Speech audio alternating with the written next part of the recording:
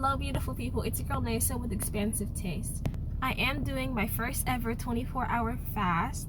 Last time I ate was 7 p.m. last night. I had some sauteed zucchini, tomato, onions, peppers. I had like 1 ounce of feta cheese on there and then like a big piece of fish. So that was the last meal I had. It was very filling. So I had that at 7 p.m. last night and I won't eat until 7 p.m. today. It's 9:30 a.m. right now, so it's been about 14 and a half hours, so I'm more than halfway there. Only got like 10 hours to go, and then I can eat. Right now I feel fine.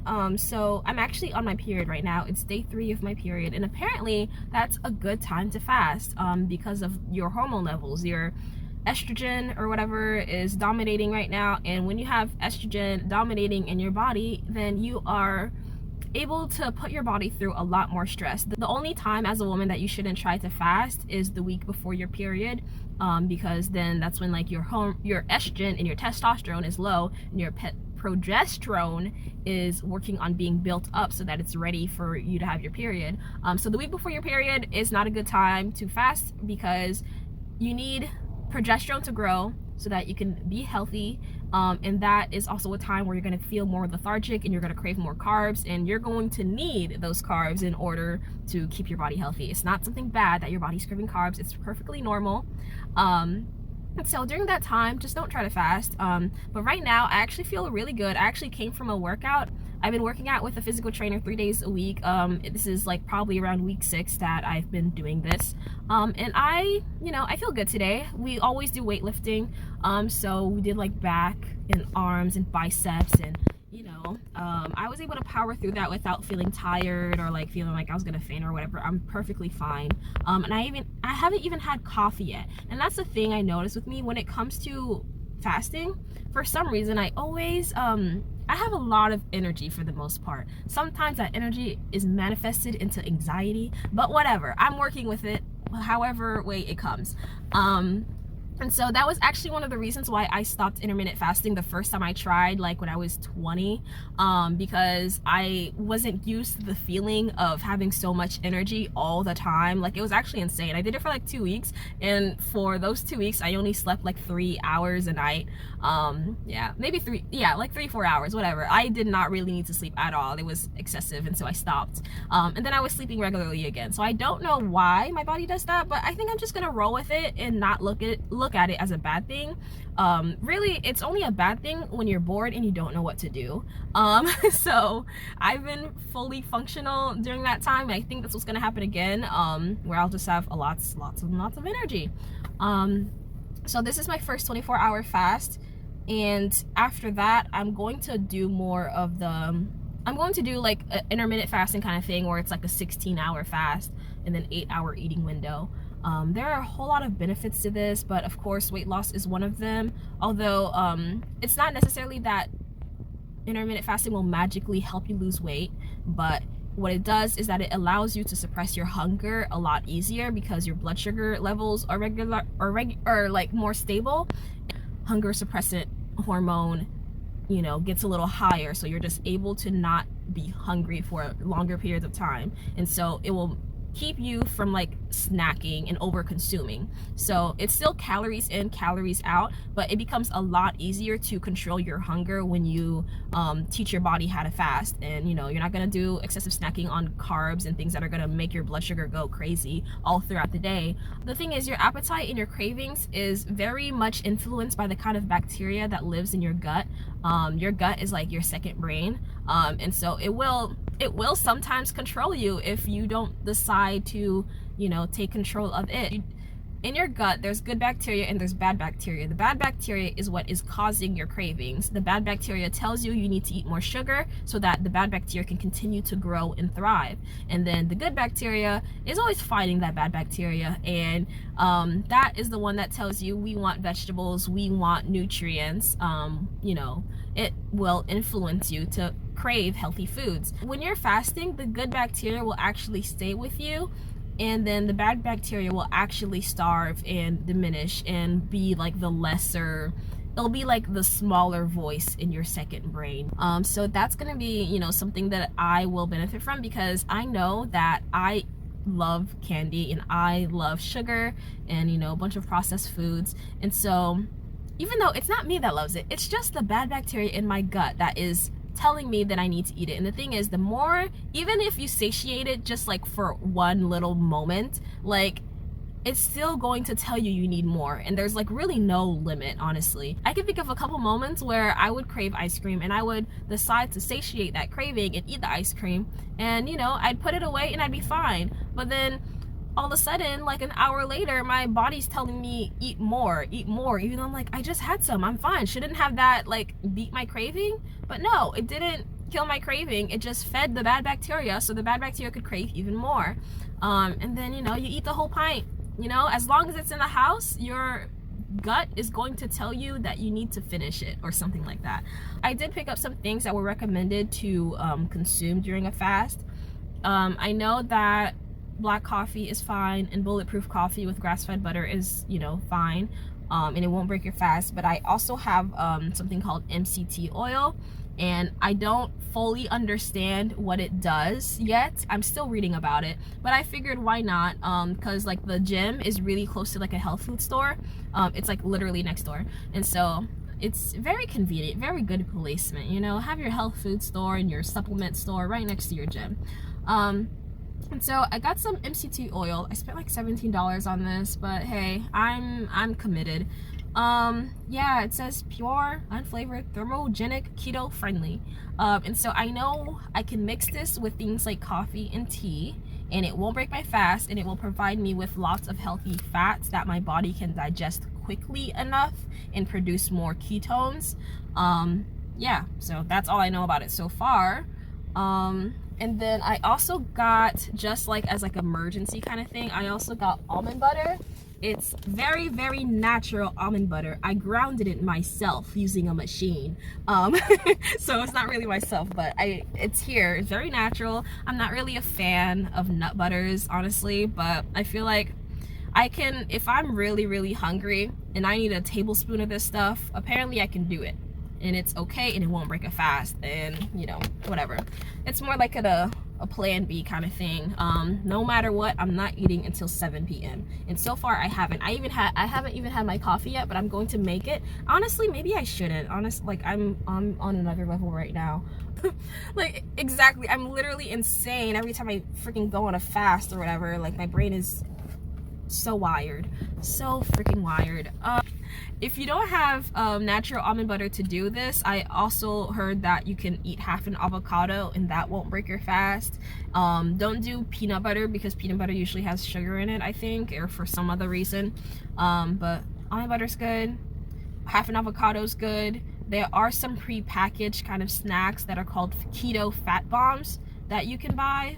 Although when I looked at it on Amazon, it's like $37 for like a box of, you know, a few of those keto fat bombs. But it's like, they kind of look like chocolate bars or whatever they are. So I don't think I'm ready to go quite that far yet. I don't know. I can technically buy it right now, but like, I don't want to, you know. I'll just stick to whatever this is. So it's noon right now. I have 7 more hours to go. And really,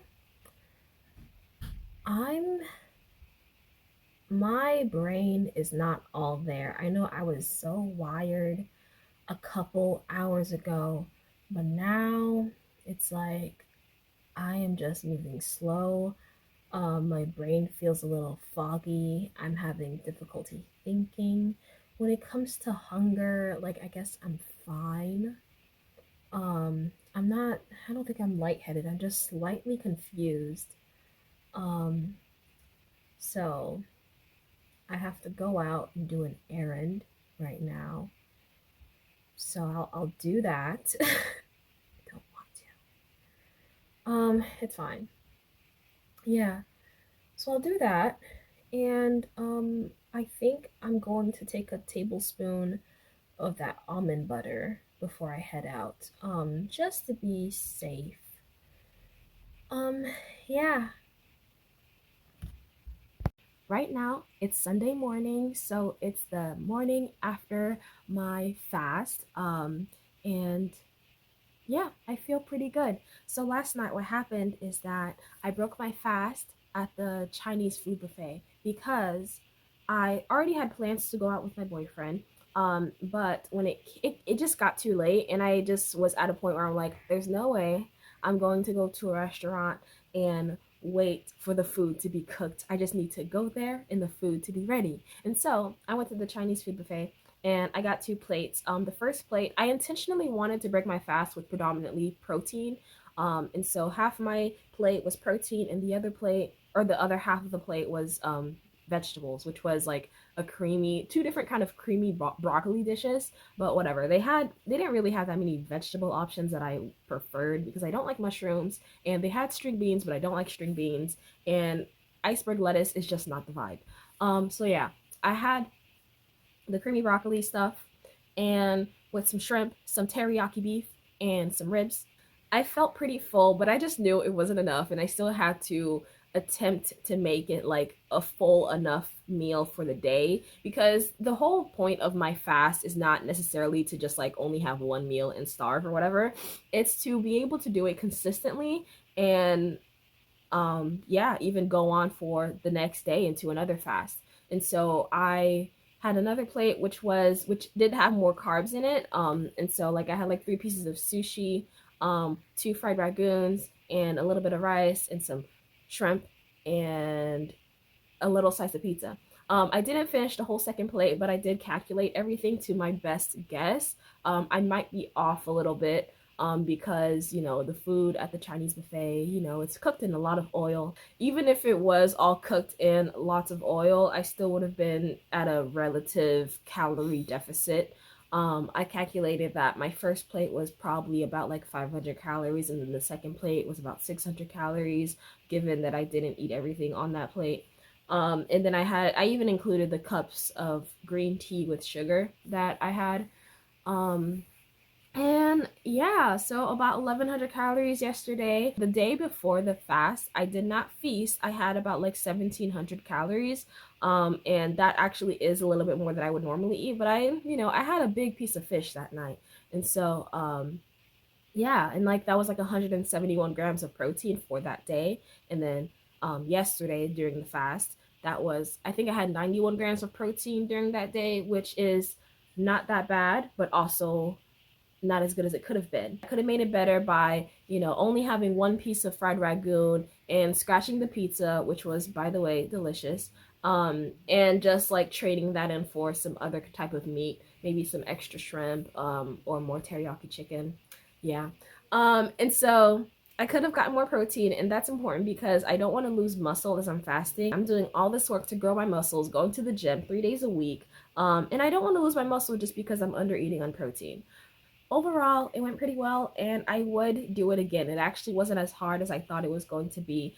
I mean, it wasn't necessarily easy the whole way through, but I would do it again, and I think I'm going to do it again today. But I won't go as far as 24 hours because the last time I ate was 8 p.m. last night, and so I feel like just waiting until 5 p.m. today is going to be fine. Um, yeah. So the first like 14 hours of the fast were very easy because it was just, after dinner, and I did go to bed feeling like a little hungry, like there was a little space in my stomach to like snack on some stuff, have a little piece of dessert or whatever, but I didn't. And so yeah, it was fine. It was relatively easy to just like skip my little craving at night and then sleep through the night, and then go to the gym and do my little errands or whatever and still feel fine for the first 14 hours. Now after that, like when it was about like noon, I did start to feel, yeah, I did start to feel a little slow, a little bit of brain fog. And so I had a tablespoon of that natural almond butter, and it tasted terrible, but I ate it, and I think it made me feel better. I also had that cup of tea with the MCT oil, which I don't know. I drank it and I'm fine. Oh yeah, I should calculate that too. So I'm gonna calculate that too. So my calories for that day was probably more close to 1300. Um, Yeah, 1,300 calories, maybe 1,400, because the MCT oil, a tablespoon of that is 140 calories. But anyway, the for 2 hours after that, I was able to like drive around and do some more errands. But then like those last few hours, like from, from 1 p.m. to 8 p.m., it did become hard. But not hard in a way where I just wanted food, because I was still very dedicated. It was just like hard in the way that my brain didn't feel like it was functioning like it should have. And I didn't really have the energy and focus that I had in the beginning of the day. And so I just laid in bed and I watched movies until it was time for me to go out. So I watched 3 movies and I liked all of them. I watched Thank You, I'm Sorry. That's a Netflix original, about a pregnant woman who is like 8 months pregnant and then her husband dies. And then second movie I watched was The Age of Adeline, which is leaving on Netflix soon. But it was so beautiful. I just want it to be true so bad. Ugh, I wish she was real. Yeah, The Age of Adeline was a beautiful film. And yeah, very cute little romance. And then what was the third movie I watched? The third movie was, oh yeah, Don't Worry Darling. The one with like Harry Styles. That was a good movie. I liked it. Yeah. So that was my fast, y'all. It's easy the first 14 hours. It's tolerable or manageable with a little almond butter in the next two. And then after that, you might feel like a zombie. But guess what? The level of difficulty remains the same throughout the whole time. So it doesn't get harder and harder as it gets closer to the break the fast time. It's just the same level 7 hard, where you're just like, you know, you're just cruising. You just have to wait for the time to pass and it's fine. Um, yeah. So we'll be doing this again. I know this video is extra long. I hope you made it to this point of the video. Join me in this journey. I'm gonna go from well, this morning I weighed 189. I know when I first started this kind of series, I said I weighed 193. I think a lot of that was the water weight. And so now I'm 189. I lost 1 pound overnight, by the way, with a fast. But of course, that's just water weight, because you're peeing out the water that was stored in the carbs that was in your body. It's a long, I don't want to explain. But yeah, so that's all, beautiful people. Thank you for watching. I send you my love. Mwah.